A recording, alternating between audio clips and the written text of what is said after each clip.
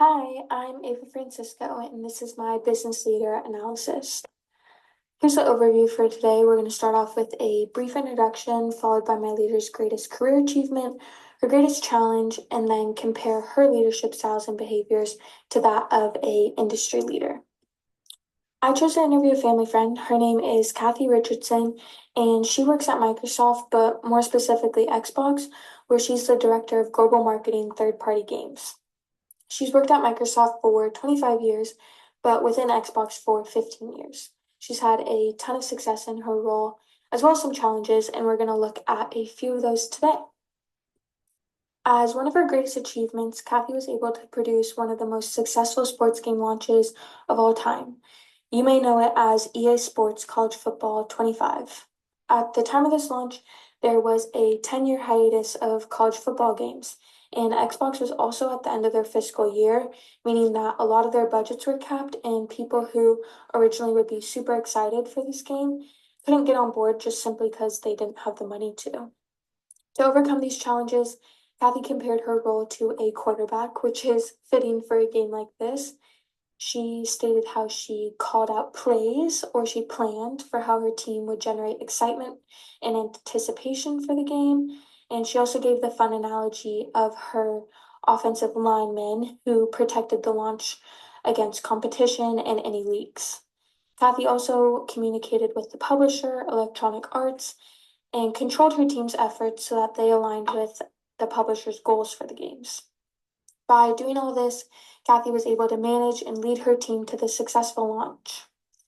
After listening to her story, we went over the servant leadership chart together, and Kathy scored extremely high in relation to her career achievement, meaning that during this process, she exhibited a lot of servant leadership behaviors and qualities. Up next, we have Kathy's greatest career challenge. So, this was when Xbox acquired the Activision Blizzard King company for $70 billion. Obviously, when handling an acquisition this big, there are a lot of legal issues and secrecy elements that need to be adhered to. But along with the legal side, Kathy's team now needed to figure out how to integrate a team of 15,000 people who were once just their partners. She said that there are a lot of new power dynamics and power struggles because their previous partners were now internal colleagues that they needed to do day to day processes with. Kathy said that she handled this challenge by making her team's top priority communication. She also set up a lot of communication tools that allowed her employees to ask questions and get answers to these questions very quickly, and this encouraged a lot of open communication across all levels of management. After a full year, they successfully integrated this organization into a first party team.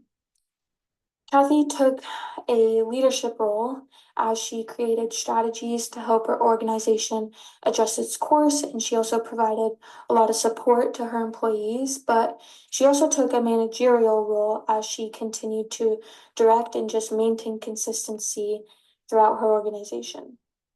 Similar to her achievement, we went over the servant leadership chart, and Kathy again scored very high, which most likely contributed to the overcoming of this challenge because she displayed a lot of servant leadership qualities and behaviors. When working through her challenge, it was obvious that Kathy uses a lot of different power bases to come out successful.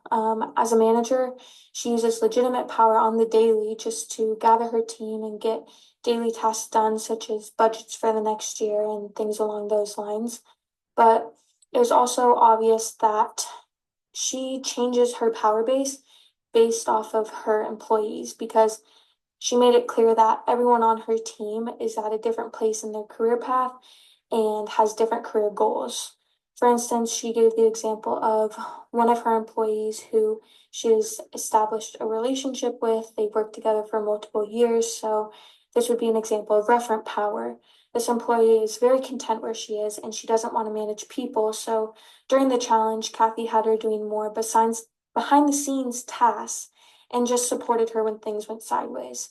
She trusted her to make the right decisions, and Kathy didn't feel like she needed to use any of her authority to impose power on this employee. Another one of her employees During this challenge, he actually was a part of the Activision Blizzard King company, and he was extremely burnt out. So Kathy moved him to lesser impact accounts to build him back up. And now that he's doing better, they're looking at slowly moving him up the career ladder and giving him the opportunity for more frequent promotions. So this would be an example of reward power.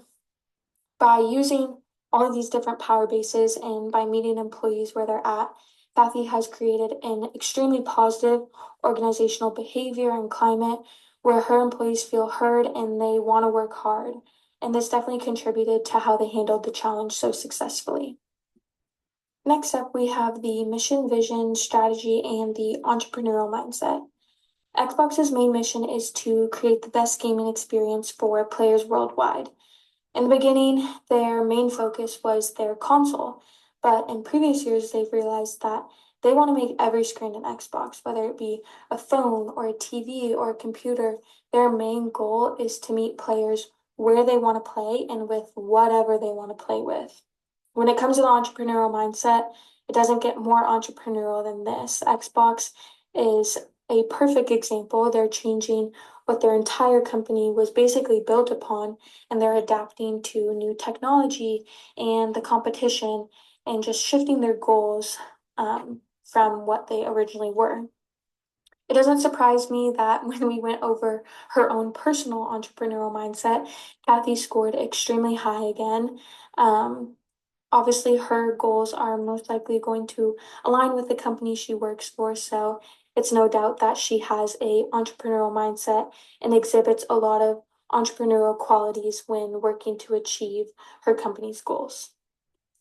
Next is the leadership theories. When looking at what makes a leader successful, there's so many different components and different approaches, but after my interview with Kathy, I picked three that I thought she exhibited the most.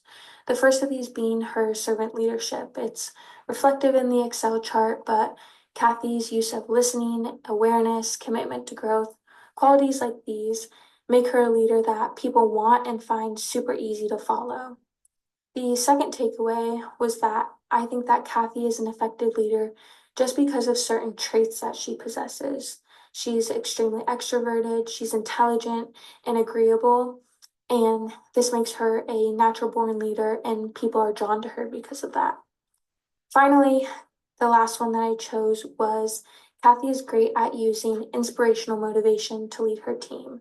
She uses her charisma, her optimism, and her enthusiasm to energize her employees, and it creates high ideals that all of her team members strive for.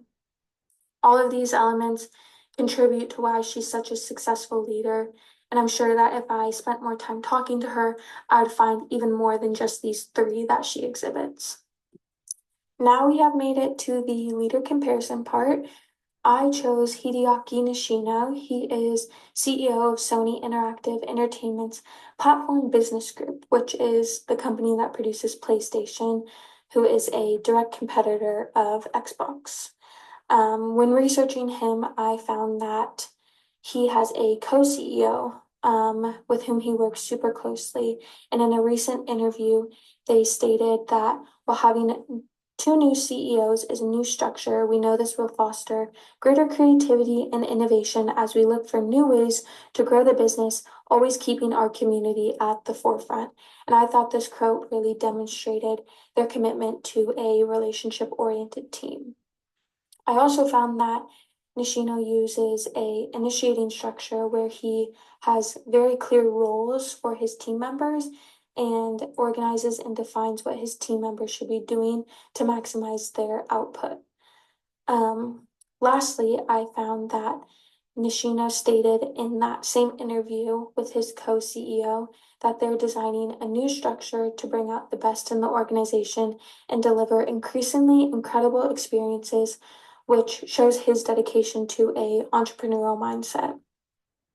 Both Kathy and Nishino display leadership in their management positions, and they're both extremely successful. Neither is better than the other.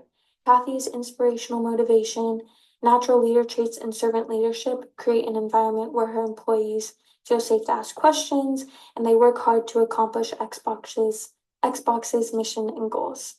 However, a weakness of her style is that it may not be as effective in high pressure, competitive environments where quick action is needed. Similar to Kathy, I thought that Nishino's leadership approaches also promote a lot of community and innovation.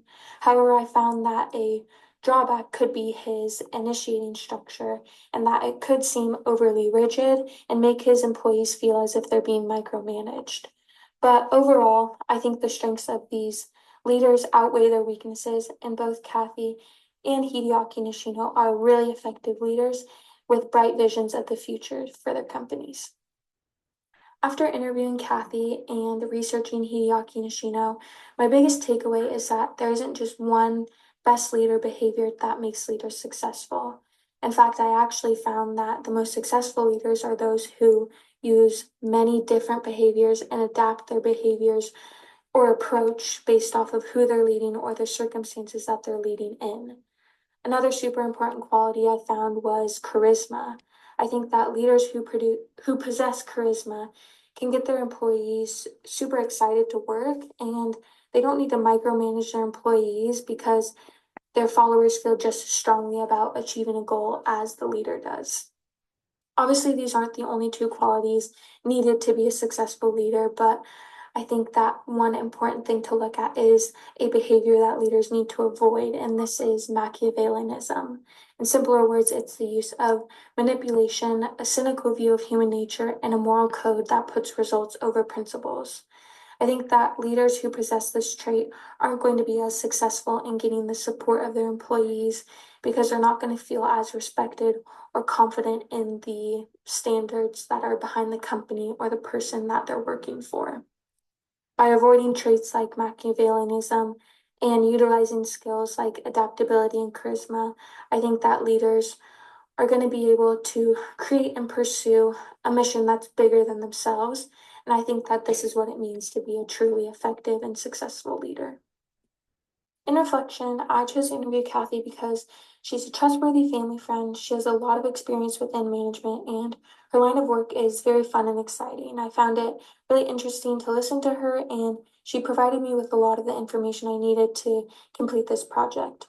She also was very knowledgeable in a lot of the concepts that we needed, and I only had to rephrase a few of the servant leadership terms, a few of the power bases, and then I explained to her that an internal locus of control is when you believe that you control your own fate. Overall, from this project, I learned what makes a leader effective, and it was really cool to apply what we've been learning to a real world example.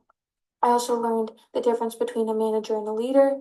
And moving forward, I really want to work on my own personal servant leadership skills because I think those are going to be the difference between me being a successful leader or not.